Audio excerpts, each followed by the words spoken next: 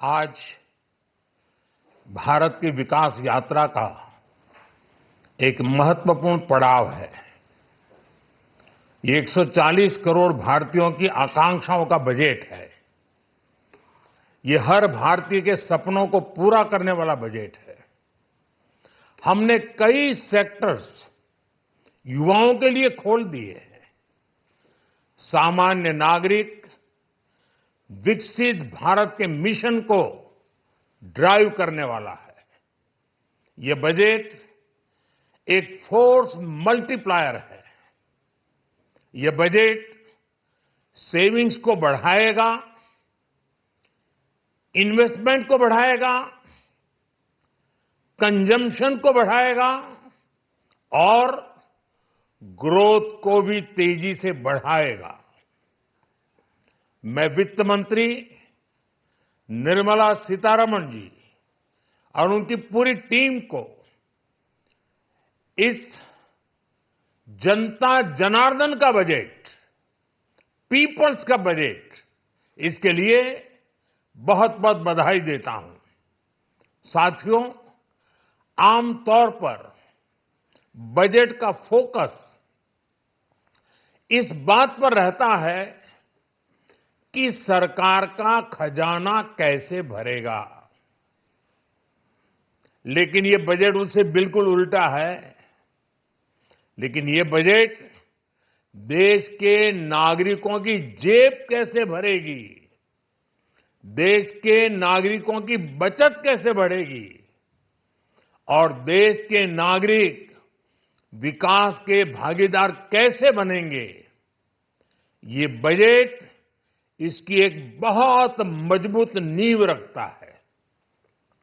साथियों, इस बजट में रिफॉर्म की दिशा में महत्वपूर्ण कदम उठाए गए हैं। न्यूक्लियर एनर्जी में प्राइवेट सेक्टर को बढ़ावा देने का निर्णय बहुत ही ऐतिहासिक है। बजट में रोजगार के सभी क्षेत्रों को हर प्रकार से प्राथमिकता दी गई है।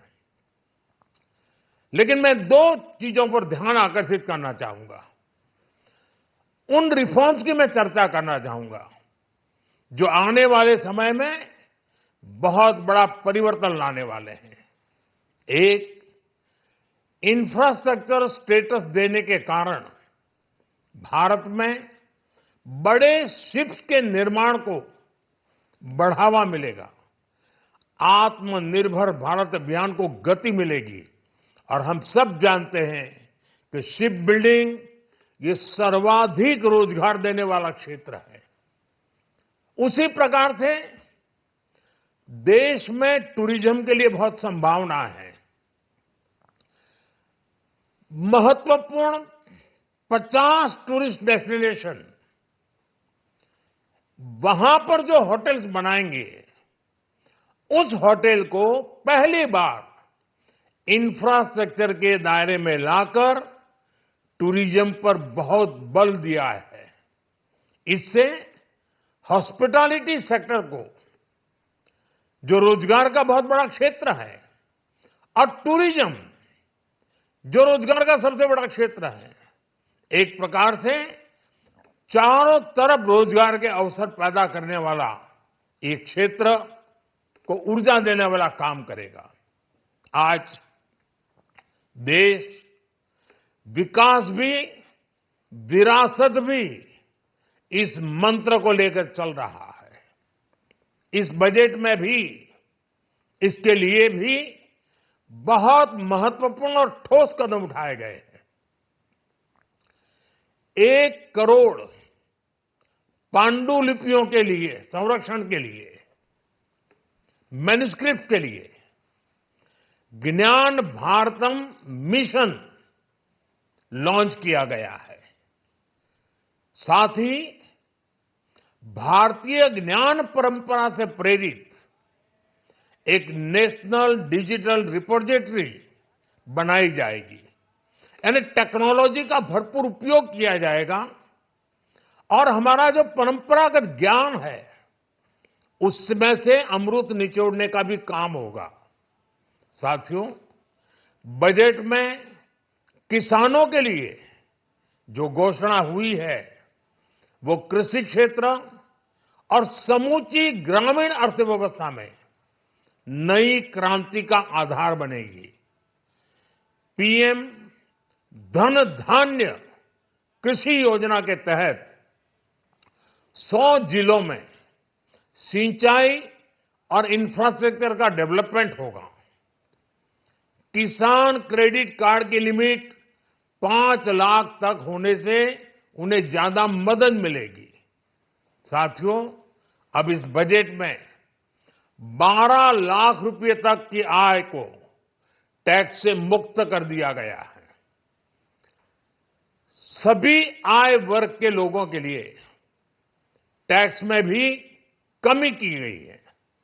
इसका बहुत बड़ा फायदा हमारे मिडिल क्लास को, नौकरी पेशे करने वाले